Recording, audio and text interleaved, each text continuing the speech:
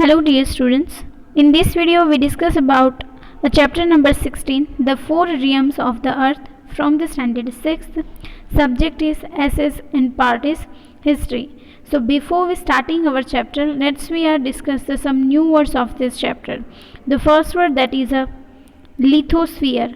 The lithosphere consists of solid rocks, soil and minerals. रियम्स का मतलब होता है क्षेत्र. तो इस चैप्टर में हम चार विभिन्न क्षेत्रों के बारे में स्टडी करने वाले हैं. One of them, the first one that is a lithosphere. तो लिथोस्फीयर जो है वो सॉलिड रॉक, सॉइल और मिनरल से बना हुआ होता है. और लिथोस्फीयर जो है वो अर्थ क्रस्ट से लेकर बहुत सारे लेयर्स, सेवरल लेयर्स हमें देखने को मिलते हैं. तो कंबाइन ये लेयर्स मिलकर लिथोस्फीयर को कंसिस्ट करते हैं. There is a hydrosphere. The hydrospheres consist of water in all its forms. यानी हाइड्रोस्फीयर जो है वो वाटर का बना हुआ पूरा लेयर या एक पूरा क्षेत्र है जिसके अंदर सारी वाटर बॉडीज़ को इंक्लूड किया जाता है. Water bodies like river, fountain, ponds, these all are the part of the hydrosphere. Next is atmosphere. The atmosphere is the layer of gases around the earth. अर्थ के पास एक गैसेस का layer देखने को मिलता है और ये लेयर जो है वो एटमॉस्फेयर कहलाता है. और एटमॉस्फेयर ही है जिसके अंदर ऑक्सीजन्स, नाइट्रोजन्स और ये सारे गैसेस जो है हमें देखने को मिलते हैं. Next is a biosphere. The biospheres consist of all living planets, animals and their introductions with a rock, soil, air and water in their habitats. यानी बायोस्फीयर्स का मतलब होता है कि जो भी लिविंग प्लांट्स है, एनिमल्स है, उन सब का जब लिथोस, हाइड्रोस और एटमॉस्फियर्स के साथ इंट्रोडक्शन और इंटरकनेक्शन होता है और ये सारे मिलकर बायोस्फीयर को बनाते हैं. Concentric, circle or a shape having a common center. That means कि suppose this is a circle, ये एक और सर्कल, बट इन सभी सर्कल्स का सेंटर जो है वो ये रहेगा, तो that is called concentric. Next is isthmus. Narrow pieces of a land that join two large land masses and has water on both the side. Narrow piece of a land यानी land का एक पतला सा रास्ता या फिर आप समझ लो एक पतली जगह है जो दो वाटर बॉडीज जिसके दोनों साइड हो, ऐसे लैंड्स को और ऐसे लार्ज पार्ट को जोड़ती हो, उसे कहते हैं इस्थमस. यहाँ पर हम दो तरह के इस्थमस के बारे में स्टडी करने वाले हैं in this chapter. Then savanna, a large flat area of a land covered with a coarse grass and scattered trees. Savanna जो है वो एक, वहाँ पर हमें घास के मैदान देखने को मिलते हैं. उन्होंने ऑलरेडी बता दिया है कि cover with coarse grass and scattered trees, यानी कि स्कैटरेटेड यानी फैले हुए ट्रीज जो है वो हमें सवाना में देखने को मिलते हैं. वैसे फॉरेस्ट में घना जंगल देखने को मिलते हैं, बट सवाना में जो है हमें ट्रीज जो है वो थोड़े डिस्टेंस पर देखने को मिलते हैं. इंडेंटेड, डिवाइडेड और एडेज विथ अ जिगजैग लाइन. यहाँ इंटरनेशनल डेटलाइन जब हमने जियोग्राफी में डिस्कस किया था तब हमने कहा था कि ये जो लाइन है उसे हम कहते हैं इंडेंटेड या फिर जिगजैग लाइन. तो बस this is called. Now is strait, a narrow channel of water separating the two seas और लार्ज बॉडीज. यानी दो सीज और लार्ज बॉडीज़ को जो नैरो चैनल सेपरेट करती हो या फिर जिसके थ्रू दो बॉडीज़ को सेपरेट किया जाता है उसे स्ट्रेट कहते हैं. वाटर बॉडीज़ को सेपरेट की बात हो रही. Now we discuss our chapter number 16, the four realms of the earth. Realms का मतलब होता है क्षेत्र. यानी इस चैप्टर में हम चार विभिन्न क्षेत्रों के बारे में पढ़ने वाले हैं जो हमें अर्थ में देखने को मिलते हैं. First is lithosphere, then hydrosphere, atmosphere and biosphere. So ये चार रियम्स जो है जिसके बारे में हम डिटेल में स्टडी करेंगे। लिथोस्फीयर में हम अर्थ क्रस्ट और लैंड के बारे में स्टडी करेंगे। हाइड्रोस्फीयर में हम वाटर बॉडीज़ के बारे में स्टडी करेंगे। और एटमॉस्फेयर जो है उसके अंदर हम विभिन्न वायुओं के बारे में, और हमारा जो एटमॉस्फेयर है जिसके अंदर हम सांस लेते हैं, ओजोन लेयर, और ये सब कुछ डिस्कस करेंगे। और लास्ट रहेगा बायोस्फीयर। बायोस्फीयर जो है, इन तीनों स्फीयर्स जब लिविंग थिंग्स के साथ कनेक्ट होते हैं तब वो बायोस्फीयर को बनाते हैं। Now we discuss the news maker David Livingstone. They give us a picture of David. This one was a Scottish missionary and one of the greatest European explorers of Africa. That means वो Europe के महानतम explorers में से एक थे, पर वो work Africa यानी अफ्रीका में एक्सप्लोर का वर्क करते थे। He work in Africa for 30 years as a medical missionary. Missionary का मतलब होता है प्रचारक, यानी वो मेडिकल प्रचारक की तरह 30 सालों तक उन्होंने जो है वो अफ्रीका में वर्क किया था। During this period he travelled into the interior of the continent and provide the outside world valuable information about the central and the south part of Africa that was hitherto unknown। hitherto का मतलब होता है अब तक। that means के David जो थे उन्होंने अफ्रीका में वर्क किया, सिर्फ अफ्रीका के अंदर ही नहीं बट उन्होंने अफ्रीका के बारे में इंफॉर्मेशन नॉलेज जो है वो लोगों तक पहुंचाई, और अफ्रीका को भी आउटसाइड की जो भी वैल्यूएबल इंफॉर्मेशन है वो पहुंचाने की कोशिश की, और लोगों को अफ्रीका के बारे में बताया जिसके बारे में अब तक किसी को पता नहीं था, यानी इम्पोर्टेंट चीज़ about the Africa. Now we discuss at a glance the 4 realms of the earth, यानी पृथ्वी के 4 विभिन्न क्षेत्रों के बारे में हम स्टडी करेंगे। तो lithosphere, hydrosphere, atmosphere and biosphere. तो लिथोस्फीयर जो है उसे लैंड पर देखने को मिलेगा, वो रहेगा। तो इसके अंदर हम 2 चीज़ें स्टडी करेंगे, एक तो 7 कॉन्टिनेंट्स एंड ओशन बेड्स यानी जो 4 ओशंस है उसके बारे में। देन रहेगा हाइड्रोस्फीयर यानी हमारे अर्थ पर जो भी वाटर बॉडीज़ देखने को मिलती हैं वो। तो उसके अंदर हम जो है ocean, seas, lake, river, frozen waters, underground water and water vapour, तो ये सारी टॉपिक्स जो है वो हम डिस्कस करेंगे। Last is atmosphere, air.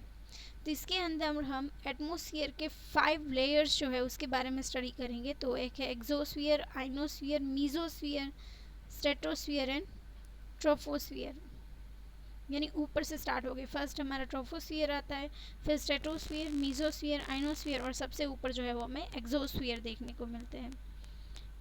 Last that is a biosphere, the realms of a life at the point of a interaction of a land, water and life, यानी जब लाइफ है यानी जीवन जब है वो इन तीनों वाटर, लैंड और एयर के साथ इंटरेक्ट करता है तब बायोस्फीयर जो बनता है, यानी तीनों लेयर्स के साथ जब लाइफ जॉइंट होती है दैट इज़ कॉल्ड बायोस्फीयर, यानी इन तीनों लेयर्स के साथ लाइफ किस तरह से एग्जिस्ट होती है, that's we discuss in this layer. What a difference do you notice between this image, कि हमें इन चारों इमेजेस में क्या डिफरेंस देखने को मिलता है। तो स्काई एटमॉस्फेयर शो करता है, ये बायोस्फीयर्स को शो करता है, ये हाइड्रोस्फीयर्स को, और ये लिथोस्फीयर्स को। Life is possible on earth because of the presence of water, air and soil. The environment of the earth is conducive for the living due to the interaction of its 3 realms or domains. There are land or lithosphere, water and hydrosphere, air and atmosphere. यानी हमारे अर्थ पर life जो possible है उसके main reason जो है वो water, air और सॉइल है, और इन तीनों के साथ कंडेंसिवली यानी कि अच्छी तरीके से लिविंग थिंग्स जो है वो एग्जिस्ट कर पाए और इंटरेक्ट कर पाए इन तीनों लेयर्स के साथ, तभी जब है वो लाइफ जो है वो अर्थ पर पॉसिबल रहती है। और वो तीनों लेयर्स ये रहे, lithosphere, hydrosphere and atmosphere. Living beings on the earth are found in a narrow zone of contact between these three realms, which is known as biospheres. In other words, we have a say that the biosphere is a realm of life.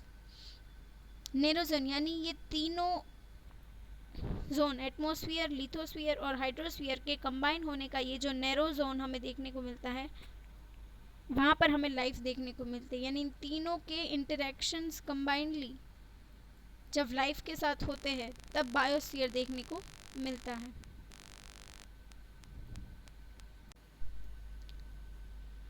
Now we study the first layer, that is a lithosphere. Look at the earth structures, figure number 16.2a and figure 16.2b. We live on the outer surface of the earth, यानी हम जो है living things है वो अर्थ की, suppose ये अर्थ है तो अर्थ की सरफेस यानी यहाँ पर रहते हैं पूरे सरफेस पे। If we imagine the earth to be like an onion, कि सपोज हम अर्थ को एक ऑनियन की तरह इमेजिन करें, we will understand that it is made up of a concentric layer. Concentric layer का मतलब होता है सर्कल और shapes having a common center. That means this is a common center. फिर इसके आसपास सर्कल इस तरह से। तो अर्थ जो है वो पूरा इस तरीके से बना हुआ है जिसका एक कॉमन सेंटर देखने को मिलता है। Now we discuss the figure number 16.1। तो देखिए, तो यहाँ पर एक सर्कल, ये हमने अर्थ को बीच में से काटा है ताकि आप अच्छे से समझ सको, ऑनियन की तरह। तो इसमें बहुत सारे लेयर्स देखने को मिलते हैं, जैसे ऑनियंस में हमें एक के बाद एक लेयर्स देखने को मिलते हैं, वैसे ही हमें अर्थ की सरफेस पर भी बहुत सारे लेयर्स देखने को मिलते हैं। तो फर्स्ट लेयर जो है वो हमारा रहता है अर्थ क्रस्ट, यानी ऊपर का लेयर जिसके ऊपर हम रहते हैं। फिर इसके अंदर भी हमें बहुत सारे लेयर्स देखने को मिलते हैं, वो हम डिटेल में नेक्स्ट फिगर जो दी गई उसके अंदर स्टडी करेंगे। फिर आता है मेंटल और फिर आता है कोर। कोर यानी कि बीच का जो सेंट्रल पार्ट है वो ये। तो हम डिटेल में अब अर्थ के जो लेयर्स है वो स्टडी करते हैं। तो ये रहा अर्थ का सरफेस यानी अर्थ क्रस्ट जिसे हम कहते हैं, ग्रीन पार्ट। तो वो हमें जो है वो 5 से 50 किलोमीटर तक देखने को मिलता है। फिर इसके नीचे आता है सीएल और सीमा। तो सीएल जो है और सीमा ये दोनों 5 से लेकर 100 तक आ जाते हैं और ये तीनों मिलके लिथोस्फीयर को बनाते हैं। उसके बाद हम आएगा मेंटल। ये पूरा कोर डिस्कस, ये क्रस्ट डिस्कस हुआ, ये पार्ट आएगा मेंटल, यानी जो पहले जो हमने डिस्कस किया वो क्रस्ट था, अब ये मेंटल वाला पार्ट यानी ये आएगा और लास्ट में आएगा कोर। सो मेंटल्स में हमें अपर मेंटल, एस्थेनोस्फीयर और लोअर मेंटल ये तीन देखने को मिल रही है, यानी 100 किलोमीटर से 2900 किलोमीटर डीप, अर्थ की सरफेस से डीप की बात हो रही है, मेंटल देखने को मिलता है यहाँ तक। इसके 3 लेयर दैट वी डिस्कस। फिर आता है core. Core 2 layer, outer core और इनर कोर, जो 2900 किलोमीटर से लेकर 6370 किलोमीटर्स डीपर द अर्थ देखने को मिलता है, यानी ये आ गया फिर अर्थ का centre point. The outer most layer is known as the crust, यानी अर्थ के ऊपर का जो लेयर हमें देखने को मिलता है दैट इज कॉल्ड क्रस्ट।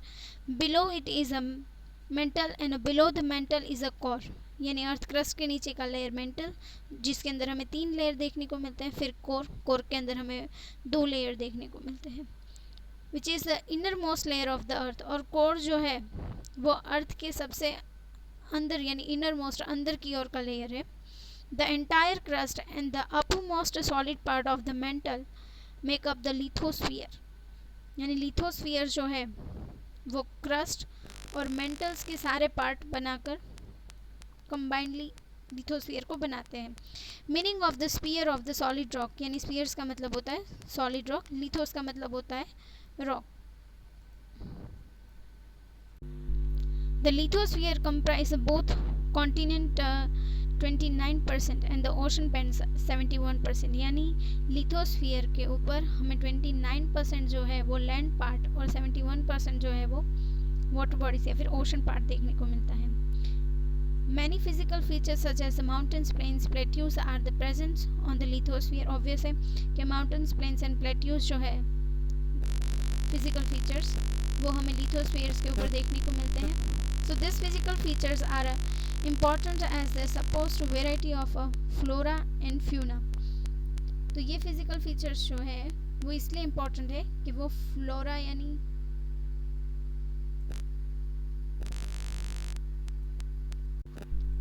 अर्थ पर जो भी ग्रीनरी देखने को मिलती है, चाहे वो ट्रीज़ है, फॉरेस्ट है, तो ये कंबाइंडली फ्लोरा और फ्यूरा यानी कि एनिमल्स जो देखने को मिलते हैं, तो फ्लोरा और फ्यूना को सपोर्ट करते हैं।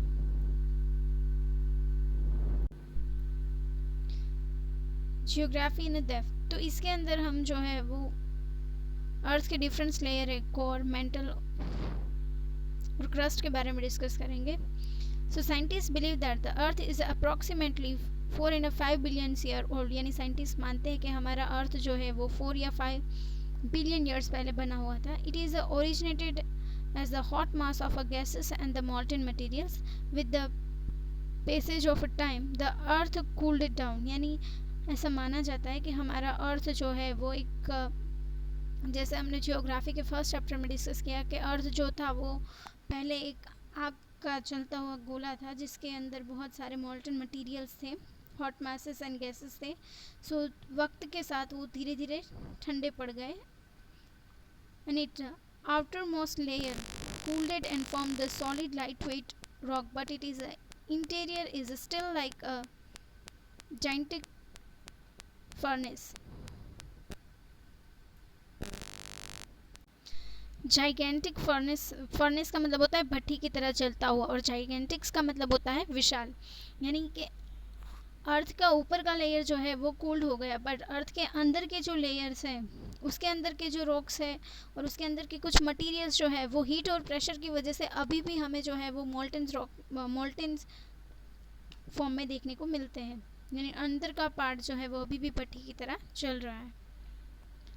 The uppermost solid layer of the earth surface is known as the crust, यानी अर्थ के ऊपर का जो लेयर है सरफेस उसे क्रस्ट कहते हैं, जो 500 to 15 किलोमीटर थिक है, जो हमने फिगर के साथ डिस्कस किया था। And it is made up of a 2 solid layer, सीएल और सीमा। सीएल जो है वो अपर क्रस्ट एंड सीमा जो है वो lower crust. Cl gets its name from a silicon and the aluminum as it has a rock that are rich in both these minerals, यानी Cl नाम कैसे पड़ा कि इसके अंदर इस लेयर में 2 खास तरह के मटेरियल देखने को मिलते हैं, एक है सिलिकॉन और दूसरा है एल्यूमिनियम। तो एल्यूमिनियम का एयर और सिलिकॉन का SI और कंबाइंड इट्स कॉल्ड Cl। वैसे ही sima get its name from a silicon and the magnesium present in a good quality in the rocks of this layer, यानी इस लेयर में जो रॉक्स देखने को मिलते हैं उसके अंदर हमें मैग्नीशियम और सिलिकॉन जो है वो ज़्यादा प्रमाण में और ज़्यादा क्वालिटी में देखने को मिलते हैं, इसलिए इसका नाम सीमा रखा गया। ये तो हो गए क्रस्ट के 2 layer. Now the mental lies below the crust, यानी कि क्रस्ट के बाद जो लेयर आता है वो है मेंटल।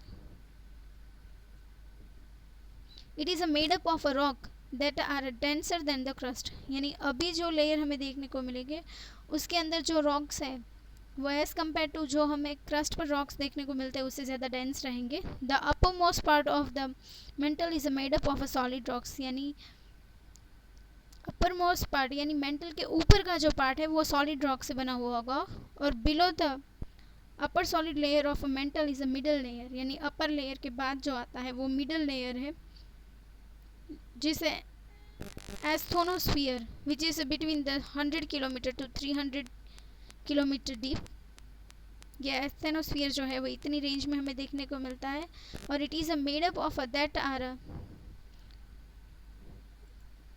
Semi solid state. और इसके अंदर जो रॉक्स हमें देखने को मिलते हैं एस्थेनोस्फीयर्स में, वो सेमी सॉलिड रॉक्स होते हैं।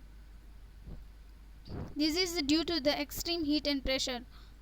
और एस्थेनोस्फीयर में ये सेमी सॉलिड रॉक्स हमें इसलिए देखने को मिलते हैं, उसके पीछे का रीज़न है एक्सट्रीम हीट और प्रेशर। आपको पता ही है जैसे हम अर्थ के नीचे जाते हैं, हीट जो है वो बहुत ज़्यादा बढ़ जाती है। Below this the mantle is again solid up to the depth of 2900 kilometre. यानी मेंटल का जो लास्ट लेयर है एस्थेनोस्फीयर के बाद, जिसकी डेप्थ है 2900 किलोमीटर, वो वापस सॉलिड स्टेट में, यानी उसमें जो रॉक है वो सॉलिड स्टेट में रहते हैं। Below the mantle there is a core of the earth. यानी मेंटल के बाद कोर आता है, यानी centre part of the earth. The core is made up of a heavy metal such as iron and nickel. यानी core में जो है वो हमें दो तरह के मेटल देखने को मिलते हैं, आयरन एंड निकल। While the inner core is a solid, यानी इसमें भी इनर कोर जो है वो सॉलिड देखने को मिलती है, और outer core is a semi solid because of the pressure and heat generated there. Inner core solid और यहाँ पर भी आउटर कोर जो है वो सेमी सॉलिड, रीज़न यही है, pressure and heat. Now we study the continents, the 7 continents. See the map on the next page. I will show you. Make up less than 1/3 of the Earth's surface, including the big and the small land masses. Let's us discuss each of continents in some details. That means कि अभी हम जो है वो हमारी 7 continents को discuss करेंगे जो हमारे मैप में दिए गए हैं, क्योंकि 1/3 ऑफ द अर्थ की सरफेस जो है वहाँ पर हमारे लैंड्स यानी कि कॉन्टिनेंट्स देखने को मिलते हैं। तो 7 कॉन्टिनेंट्स है जिसके बारे में हम थोड़ा बहुत डिटेल में डिस्कस करेंगे, क्योंकि ये भी एक लिथोस्फीयर का इम्पॉर्टेंट पार्ट है। Now is Asia. Asia lies mostly in the northern hemisphere, यानी earth, equator, northern hemisphere, southern hemisphere. Asia जो है वो हमें इस पार्ट यानी नॉर्थन हेमिस्फीयर में देखने को मिलेगा। It is the largest continent of the world, both in a term of a geographical area and population. यानी एशिया जो है वो वर्ल्ड्स लार्जेस्ट कॉन्टिनेंट है, दोनों तरीके से, एरिया वाइज भी और पॉपुलेशन यानी यहाँ पर जो लोग रहते हैं उसके हिसाब से भी। Asia is the highest mountain on the earth. Mount Everest 8848 metres जो है वो माउंट एवरेस्ट है। And the lowest land region, the Dead Sea, 430 meters below a sea level at the surface। यानी एशिया में हमें दुनिया का सबसे ऊंचा माउंटेन जो है माउंट एवरेस्ट वो भी देखने को मिलता है, और लोवेस्ट लैंड यानी सी लेवल से 430 मीटर की डीप भी हमें जो है वो डेड सी देखने को मिलता है। यानी दोनों चीज़ें हैं, हाईएस्ट भी और लोवेस्ट लैंड भी। The Pacific ocean borders the Asia in the east and the Arctic ocean in north and the Indian ocean in south. यानी एशिया के तीनों साइड हमें ओशंस देखने को मिलते हैं। पैसिफिक है वो ईस्ट साइड, आर्टिक है वो नॉर्थ साइड, और इंडियन जो है वो south side. The Caspian sea and the Ural mountains separate the Asia from Europe.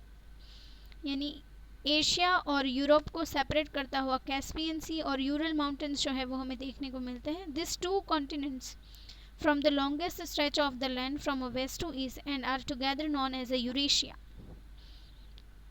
यानी ये 2 कॉन्टिनेंट्स जो है वो बहुत ही बड़ा लैंड एरिया जो है वो स्ट्रेच करते हैं west to east side, stretch यानी कि खींचा हुआ है इन दोनों के बीच में, और वो जो लैंड पार्ट है उस लैंड पार्ट को कंबाइंडली यूरेशिया कहते हैं। यूरोप का यू और एशिया का पूरा ये, तो combinedly it's called Eurasia. So this one is picture given in our textbook. 7 continents, Asia, Africa, Europe, North America, South America, Antarctic and Australia. ये रहा यूरोप, ये रहा एशिया, तो इन दोनों के बीच में ये जो लैंड है वो रहेगा Eurasia. Next continent is Africa. Africa is the second largest continent, यानी अफ्रीका जो है वो सेकेंड लार्जेस्ट कॉन्टिनेंट है. It's spread across the northern and the southern hemisphere with the equator passing almost halfway throughout the continents. ये मैं जो है वो आपको हमारे यहाँ पर जो फिगर दी गई है उसके थ्रू एक्सप्लेन करती हूँ. सो दिस वन इज अफ्रीका. तो ये रही इक्वेटर, यानी अफ्रीका के दो हिस्सों में बांटती हुई इक्वेटर जो है वो पास होती है. तो ये हिस्सा जो है वो हो गया सदर्न हेमिस्फीयर और ये हो गया नॉर्दर्न हेमिस्फीयर, यानी साउथर्न एंड नॉर्थर्न हेमिस्फीयर में जो है वो अफ्रीका फैला हुआ है. Africa is a link to Asia by a isthmus on a Suez. Let me explain the meaning of isthmus. Narrow piece of a land that joins the two large lands masses and has a water on both the side. Suppose ये part Africa और ये Asia, ठीक है. तो इन दोनों को जोड़ता हुआ एक लैंड देखने को मिलता है जिसकी दोनों साइड यहाँ और यहाँ पानी देखने को मिलता है. That is called isthmus. और ऐसा ही एक इस्थमस जो है वो अफ्रीका और एशिया को जोड़ता है जिसका नाम सुएज है. It has the world's largest desert, the Sahara. Another major desert, which is really an arid savanna and a Kalahari. यानी कालाहारी एक डेजर्ट का नाम है और सवाना भी जो है वो एक बहुत ही बड़ा लैंडफॉर्म देखने को मिलता है. यहाँ पर हमें दिया है a large flat area of land covered with the coarse grass and scattered tree growths.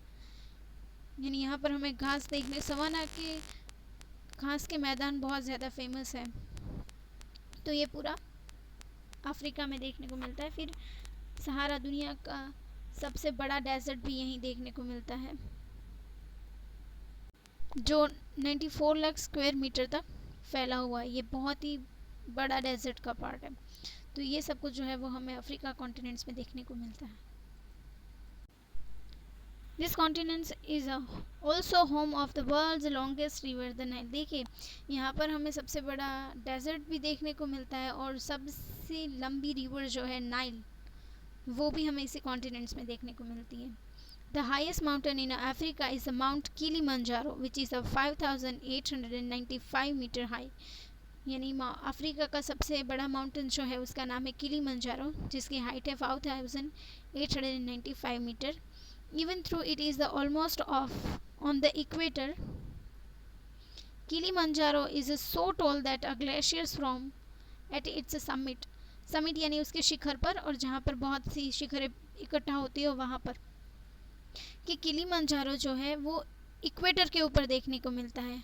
तो इक्वेटर के ऊपर अगर आपको पता हो तो सन की रेस जो है वो स्ट्रेट गिरती है. इसकी वजह से वहाँ पर heat as compare to other part जो है वो बहुत ज़्यादा देखने को मिलती है. तो वहाँ पर हीट एक्सट्रीम होने के बावजूद भी किलीमंजारो माउंटेन जो है वहाँ पर हमें ग्लेशियर्स उसकी शिखर पर देखने को मिलते हैं. इसका रीज़न ये है कि उसकी हाइट जो है वो बहुत ज़्यादा है और जैसे हम ज़मीन से ऊपर जाते हैं ठंडी जो है वो बढ़ने लगती है. बस यही रीज़न है. They give us a corner of a did you know? For the longest time, Africa was known as the dark continent because it remained the unexplored for a long time, and even today there is still so much discover about it. यानी एक time ऐसा था जब Africa के बारे में किसी को नॉलेज नहीं था और लोगों को पता नहीं था कि ये पार्ट जो है वो अफ्रीका है. तो तब वहाँ पर जो है उसे डार्क कॉन्टिनेंट्स कहा जाता था. और अभी भी अफ्रीका में कुछ पार्ट ऐसे हैं जिसको हमने एक्सप्लोर और डिस्कवर नहीं किया है. Now we discuss about next continent, that is North America. North America is the third largest of the 7 continent. यानी 7 कॉन्टिनेंट्स में थर्ड लार्जेस्ट कॉन्टिनेंट जो है वो है north America. It is bordered to the north by Arctic Ocean, east by Atlantic Ocean and to the west by a Pacific Ocean. यानी ये continent जो है उसकी हमें नॉर्थ साइड है वो आर्टिक ओशन देखने को मिलता है, ईस्ट साइड अटलांटिक ओशन, और वेस्ट साइड जो है वो पैसिफिक ओशन देखने को मिलता है। देनाली 6190 मीटर, और mount मैकनी as it was a earlier name, it is the highest point in North America। यानी माउंट मैकनी जो है वो नॉर्थ अमेरिका का हाईएस्ट पॉइंट है। Lake superior the largest fresh water lake in the world is also located here. यानी इस continents में lake superior देखने को मिल जाए जो दुनिया का सबसे बड़ा फ्रेश वाटर लेक है। The southern most part of North America is often called a Central America. It is the neck of a land join the North America to South America. That means the North America to South America को जोड़ता हुआ एक net part देखने को मिलता है जिसे central America कहता है, और वो पार्ट नॉर्थ अमेरिका के साउथर्न मोस्ट पार्ट में देखने को मिलता है। Now we discuss the next continent, that is South America. Let me show you the picture of North and South America together. So this is north America, this is south America, और ये नेक part जो हमें इन दोनों को जोड़ता हुआ देखने को मिलता है वो सेंट्रल अमेरिका, ये part. South America lies mostly in southern hemisphere and stretching down throughout the Antarctica. यानी साउथ अमेरिका जो है वो साउथर्न हेमिस्फीयर में देखने को मिलता है, यानी कि equator northern hemisphere, southern hemisphere यानी नीचे के पार्ट पर, और वहाँ से स्ट्रेचिंग यानी वहाँ से फैला हुआ है वो एंटार्क्टिका। स्ट्रेचिंग का वैसे मतलब होता है खींचा हुआ, पर यहाँ क्योंकि हम ज़मीन की बात करें तो फैला हुआ या फिर एक्सटेंड भी कह सकते हैं। The Indus runs through the northern and the western part of the continent.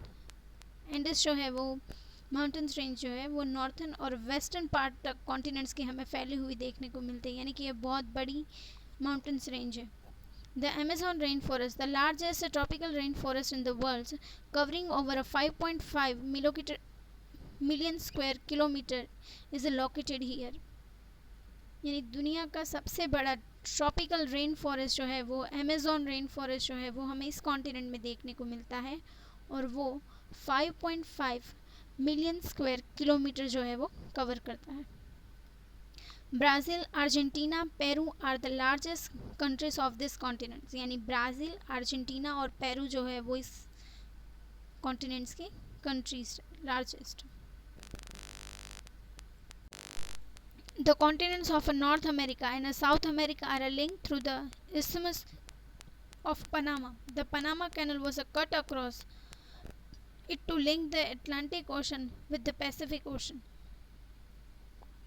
यानी नॉर्थ अमेरिका और साउथ अमेरिका को जोड़ता हुआ जो इस्थमस हमें देखने को मिलता है, इस्थमस हमने पहले भी डिस्कस किया था कि कोई भी दो पार्ट को छोड़ता हुआ ज़मीनी रास्ता जो है जो इसके दोनों साइड पानी देखने को मिलता है वो, तो यहाँ पर हमें पनामा इस्थमस देखने को मिलता है, और ये पनामा जो है वो अटलांटिक ओशन और पैसिफिक ओशन को भी जोड़ता है।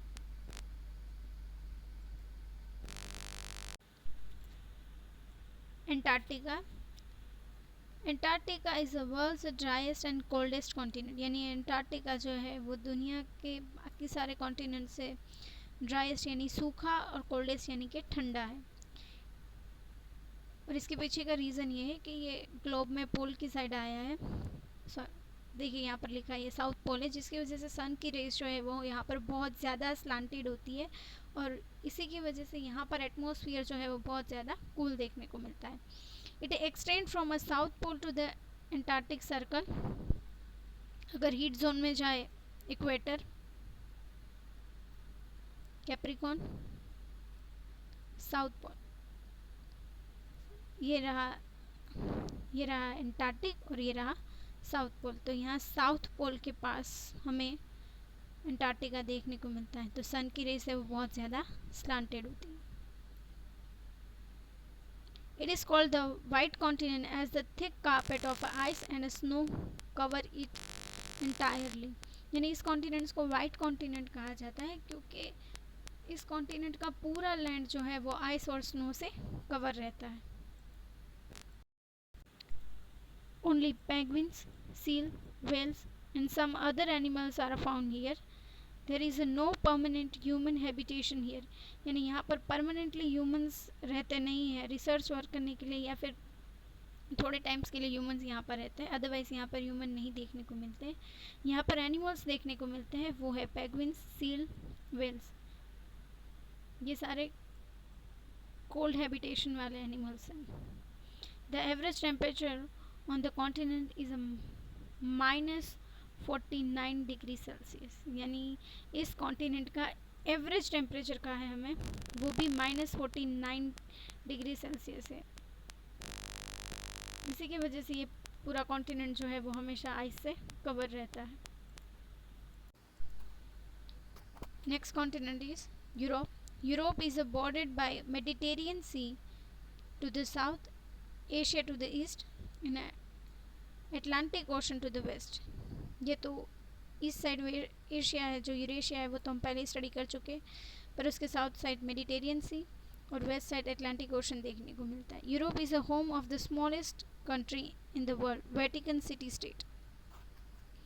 यानी यूरोप जो है वो दुनिया की सबसे छोटी कंट्री जो है वो यहाँ पर देखने को मिलता है। स्मॉलेस्ट कंट्री वो है वेटिकन सिटी।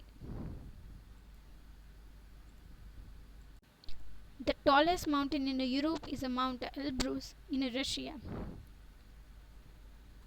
18,510 फीट। यानी यूरोप में देखने को मिलता है सबसे बड़ा माउंटेन जो है वो माउंट एल्ब्रूस है, जो रशिया में देखने को मिलता है। अब यहाँ आपको क्वेश्चन में भी होना चाहिए कि रशिया जो है वो एशिया में भी देखने को मिलता है, तो यूरोप में कैसे है? अगर हम बात करें यूरेशिया की, तो इसकी वजह से ये पार्ट यहाँ पर काउंट हो रहा है। And the famous Alp mountains are located in Europe. यानी एल्प्स की जो माउंटेन रेंज है और माउंटेन्स जो है वो भी हमें यूरोप में देखने को मिलते हैं।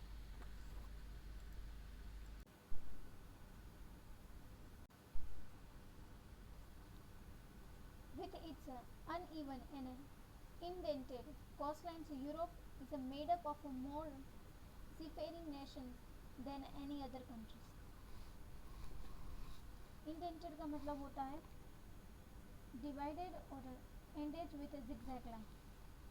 यानी as compare to other country, Europe जो है वहाँ पर कोस्ट लाइन्स जो है वो ऐसे जिगजैग और एडेज वाली देखने को मिलते हैं। इसकी वजह से ये इसकी जो सीफेरिंग्स है वो दूसरे कॉन्टिनेंट से इसको डिफरेंट बनाती है और ब्यूटीफुल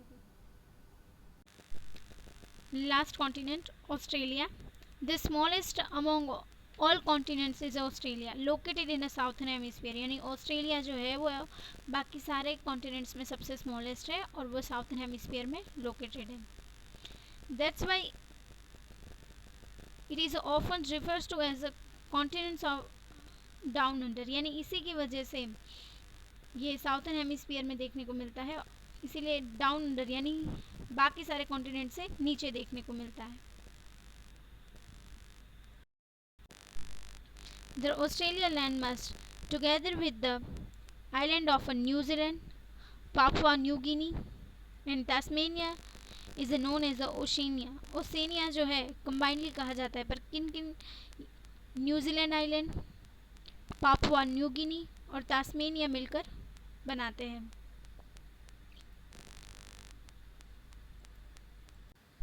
और इसमें ऑस्ट्रेलिया को भी ऐड किया जाता है, बट कंबाइनली बात कर रहे हैं तो Oceania. Vast area of Australia are covered by desert. यानी ऑस्ट्रेलिया का ज़्यादातर पार्ट जो है वो डेजर्ट से कवर है। The highest point in Australia is Mount Kosciuszko. इसका नाम है माउंट कोज्यूस्को, जो ऑस्ट्रेलिया का सबसे हाईएस्ट पॉइंट है। A very interesting features of this continent is a Great Barrier Reef and it's a cover over 2500 metres, miles में भी दिया गया है। और corals and is now the largest living structure in the world. Let me show you the picture of the corals because it's hard to explain the definition proper. It's better to I'll show you the picture of the corals. So this is the corals. ये देखने को जो आपको मिल रहा है ये और यहाँ पर लिविंग्स, ये सारे लाइकेंस है, फूग्स है, और यहाँ पर फिशेस भी जो है वो रहती है। ऐसे यहाँ पर देखिए, यहाँ पर बहुत सारा, तो ऐसे कोरल्स जो है वो वहाँ पर देखने को मिलते हैं।